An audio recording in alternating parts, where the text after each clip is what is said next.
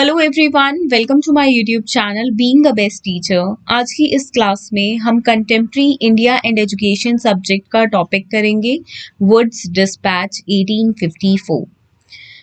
काफ़ी interesting topic है ये। एंड इससे पहले हम पर्टिकुलरली देखिए टॉपिक कौन सा कर रहे हैं वो मैं आपको दिखा देती हूँ। We are doing the topic review of education commission and policies in India, जिसमें हम already Adam's report, Lord Macaulay's minutes, ये दो टॉपिक कर चुके हैं। Now we will do Woods dispatch और इसके बाद लाइंड अप रहेंगी classes Sargent plan, basic education scheme and that is Wardha education scheme भी जिसको बोला जाता है, इन दोनों की क्लासेस। सो बेसिकली ये क्वेश्चन 16 मार्क्स में आपका कुछ इस तरीके से आता है, right review of education commission and policies in India. और आपको ये पांचों के बारे में लिखना होता है इस टॉपिक के अंडर, या फिर इंडिविजुअली कोई भी एक टॉपिक 4 मार्क्स में भी आ जाता है। कुछ भर भर के नहीं लिखना है, टू द पॉइंट आप लिखेंगे हर एक जो आपका टॉपिक है उसके बारे में। वुड्स डिस्पैच के बारे में पहले हम इंट्रोडक्शन देंगे थोड़ी सी, देन उसके रिकमेंडेशंस लिखेंगे।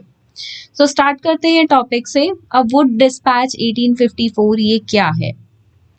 देखिए, sir Charles Wood, the president of board of control. तो बोर्ड ऑफ कंट्रोल के प्रेसिडेंट थे सर चार्ल्स वुड। तो इन्हीं के नाम पे इसका देखिए नाम पड़ा इस डिस्पैच का, दैट इज वुड्स डिस्पैच। अब ये क्या है वो हम समझेंगे। had an important effect on spreading English learning and female education in India। तो इन्होंने बहुत important काम किया इंग्लिश एजुकेशन को फैलाने में हमारे देश में, और फीमेल एजुकेशन हमारे देश में डेवलप हो सके उसकी प्रोग्रेस के लिए। When in 1854 he sent a dispatch to Lord Dalhousie, then the Governor General of India, Wood suggested that primary schools must adopt vernacular languages. High school must adopt Anglo-vernacular languages, and at college level English should be medium of instructions या education. This is known as Wood's dispatch। तो इन्होंने एक चीज ये बताई, एक dispatch बताया किसको? टू लॉर्ड डलहाउसी, जहाँ पे थे गवर्नर जनरल ऑफ इंडिया जो कि थे, उनको ये चीज सजेस्ट की गवर्नर जनरल ऑफ इंडिया को वुड ने, कि जो प्राइमरी स्कूल्स हैं वहाँ पे लैंग्वेजेस कैसी हो एजुकेशन के लिए। स्कूल्स के कॉमन स्कूल सिस्टम में लैंग्वेजेस जो हो वो हो वर्नाकुलर लैंग्वेज। देन अगर हाई स्कूल्स की बात करते हैं तो वहाँ पे यूज हो Anglo vernacular language, and college language पे इंग्लिश के माध्यम से एजुकेशन बच्चों को दी जाए, और इसी को बोलते हैं वुड्स डिस्पैच। अब यहाँ पे क्वेश्चन आता है कि वर्नाकुलर लैंग्वेज क्या है, साथ में एंग्लो वर्नाकुलर लैंग्वेज क्या है। तो इसके बारे में मैं आपको बताती हूँ। वर्नाकुलर का कोई ऐसा मीनिंग नहीं है जैसा हमें इस वर्ड से लग जाता है कि पता नहीं क्या होगा। वर्नाकुलर सिंपली मीन्स मातृभाषा, कि मातृभाषा के तहत हम बच्चों को देखिए प्राथमिक कक्षाओं में पढ़ाएं, क्योंकि यहाँ पे बच्चे न्यू होते हैं, ऑलरेडी वो स्कूल से एडजस्ट हो रहे होते हैं और बहुत कुछ उनको सीखना होता है। अब साथ में उन पे कोई लैंग्वेज थोप दी जाएगी तो वो बिल्कुल सही नहीं होगा। तो इसलिए वर्नाकुलर लैंग्वेज दैट इज मातृभाषा, जो कॉमन लैंग्वेज है बेसिकली, जो एक एरिया की कॉमन लैंग्वेज होती है, उसके ही थ्रू बच्चों को पढ़ाया जाए। तो ये बात की थी। अब एंग्लो वर्नाकुलर लैंग्वेज क्या है? एंग्लो वर्नाकुलर इज कि इंग्लिश को भी साथ रखकर वर्नाकुलर लैंग्वेज के साथ, जो लोकल लैंग्वेज है, मातृभाषा है बेसिकली, जो भी एक एरिया के लिए पर्टिकुलर है। कि देखिए यहाँ पे मैं बड़ी बड़ी लोकल लैंग्वेज और मातृभाषा क्यों बोल रही हूँ। देखिए इंडिया में हम देखते हैं डिफरेंट टाइप्स की लैंग्वेजेस हमें देखने को मिलती हैं, हर एक स्टेट में, हर एक अलग अलग कोने में देश के। तो हो सकता है वहाँ पे उन लैंग्वेजेस के थ्रू पढ़ाने की जरूरत पड़े, या अगर हिंदी ही बोली जाती है तो वहाँ पे मातृभाषा हो गई कि उसके ही साथ हम बच्चों को पढ़ा रहे हैं। तो वर्नाकुलर लैंग्वेज डिपेंड करता है कि वो रीजनल लैंग्वेज है या मातृभाषा है। उसके अंदर हम बच्चों को पढ़ाते हैं दैट इज उस पर्टिकुलर लैंग्वेज से, तो वो प्राइमरी स्कूल्स में पढ़ाई जाए vernacular language. Then Anglo vernacular language is कि इंग्लिश के साथ, मतलब वर्नाकुलर लैंग्वेज के साथ साथ इंग्लिश भी पढ़ाई जाए, दोनों का मेल जोल हो लैंग्वेजेस का, और बच्चों को पढ़ाया जाए कौन सी क्लासेस में, हाई स्कूल क्लासेस में। और कॉलेज लेवल पर फिर हम इंग्लिश ले आए और वर्नाकुलर लैंग्वेज को छोड़ दें, क्योंकि बच्चों को वर्नाकुलर लैंग्वेज ऑब्वियसली आती है, वो उनकी लोकल लैंग्वेज होती है, लेकिन इंग्लिश अब उन्होंने हाई स्कूल में सीखनी स्टार्ट करी अपनी लोकल लैंग्वेज के साथ, और अब वो कॉलेज लेवल पर केवल इंग्लिश के ही माध्यम से पढ़ें। तो इस तरह से लैंग्वेज का डेवलपमेंट हो, एक नई लैंग्वेज इंट्रोड्यूस हो, और यही है Woods dispatch in very simple words.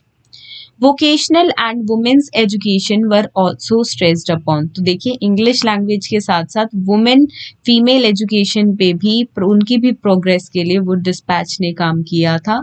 तो बिल्कुल vocational and women education were also stressed upon. Vocational की भी बात हो रही है कि वर्क एक्सपीरियंस या एक ना एक व्यवसाय के बारे में भी एजुकेशन दी जाए स्कूली शिक्षा के माध्यम से।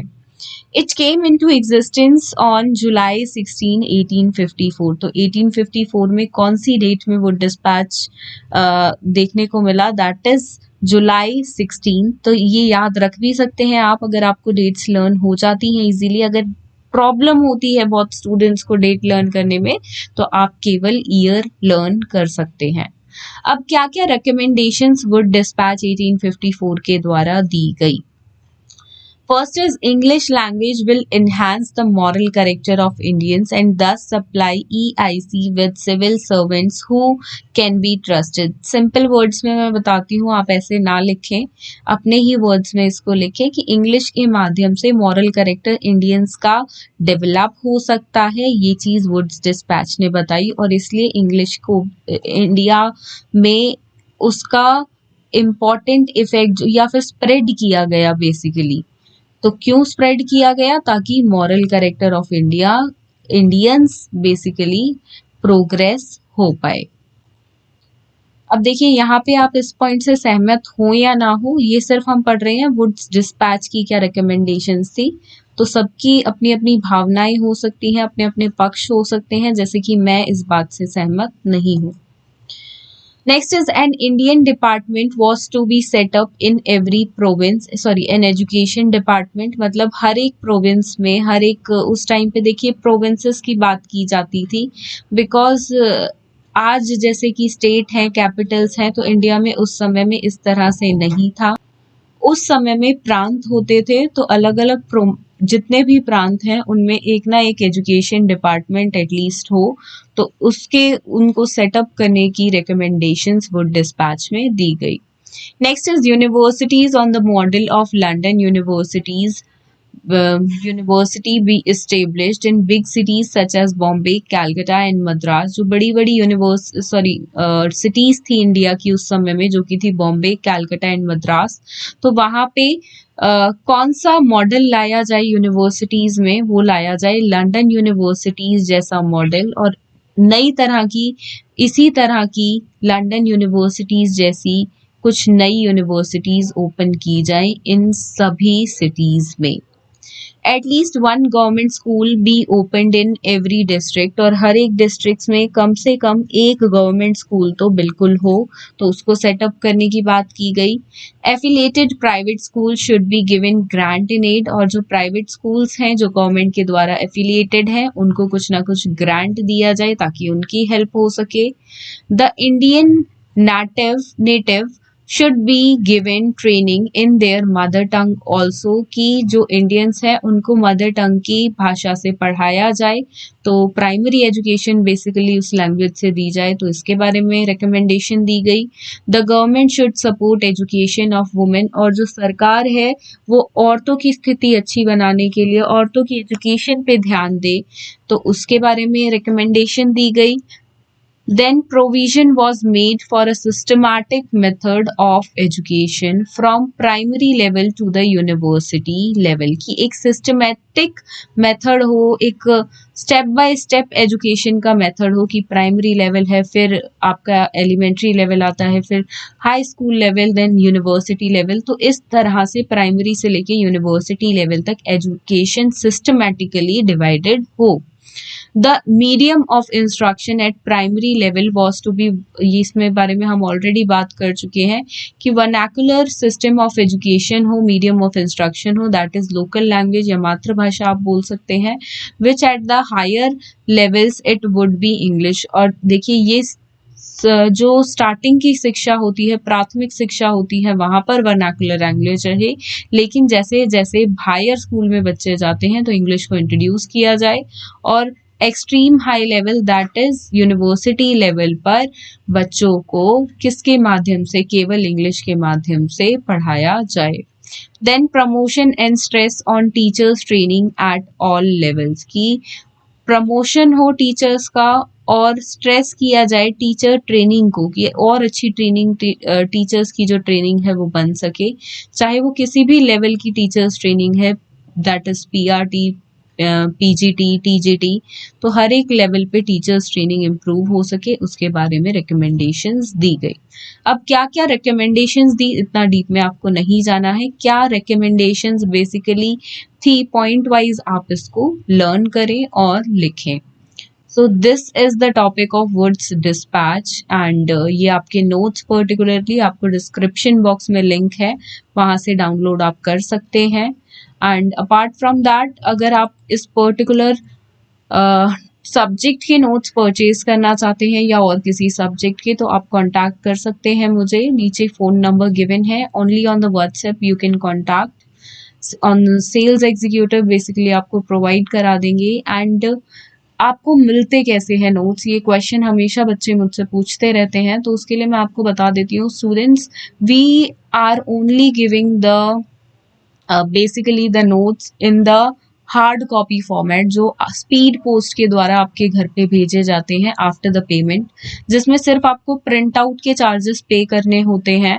That is very minimum charges we are taking, 199 rupees का आपका एक बुक का चार्जेस है, जिसमें आपको एक्स्ट्रा सिर्फ शिपिंग कॉस्ट देनी पड़ती है। स्पाइरल बाइंडिंग हुए आपको नोट्स मिलते हैं। तो मेक श्योर अगर आप नोट्स को परचेज करना चाहते हैं तो आप उस नंबर पे कांटेक्ट कर लें, जहां से आपको देखिए अलग अलग करके किसी भी टॉपिक को नहीं ढूंढना पड़ेगा वीडियोस में, आप सिर्फ उनके लेक्चर्स अटेंड कर सकते हैं और नोट्स को पर्टिकुलरली अपने हैंड में कैरी कर सकते हैं, और वहीं से आपको प्रॉपर्ली मटेरियल मिलेगा कि कैसे फ्लो चार्ट्स आपको ड्रॉ करने हैं, कैसी हेडिंग्स, देखिए इस तरह से हेडिंग्स को आप बोल्ड करें, पॉइंट्स में लिखें, कभी भी पैराग्राफ में ना लिखें, तो वो सब उसी तरीके से नोट्स बनाए गए हैं, सो दैट आपको पता लगे कि आपकी प्रेजेंटेशन एग्जाम में कैसी होनी चाहिए। देखिए जो स्टूडेंट्स प्रेजेंटेशन अच्छी नहीं करते हैं, तो वहाँ पे आपको कभी भी 16 में से 10 से ज़्यादा नंबर तो मिल ही नहीं सकते हैं, लेकिन प्रेजेंटेशन अच्छी होगी तो 12+ भी आप ला सकते हैं। सो मेक श्योर प्रेजेंटेशन पे भी आप हमेशा ध्यान रखें। So if you have any query related to the topic or related to the subject, you can comment in the comment box. So thank you for watching this video, and do share this video with your friends, and subscribe to my YouTube channel, which is Being a Best Teacher. Thank you.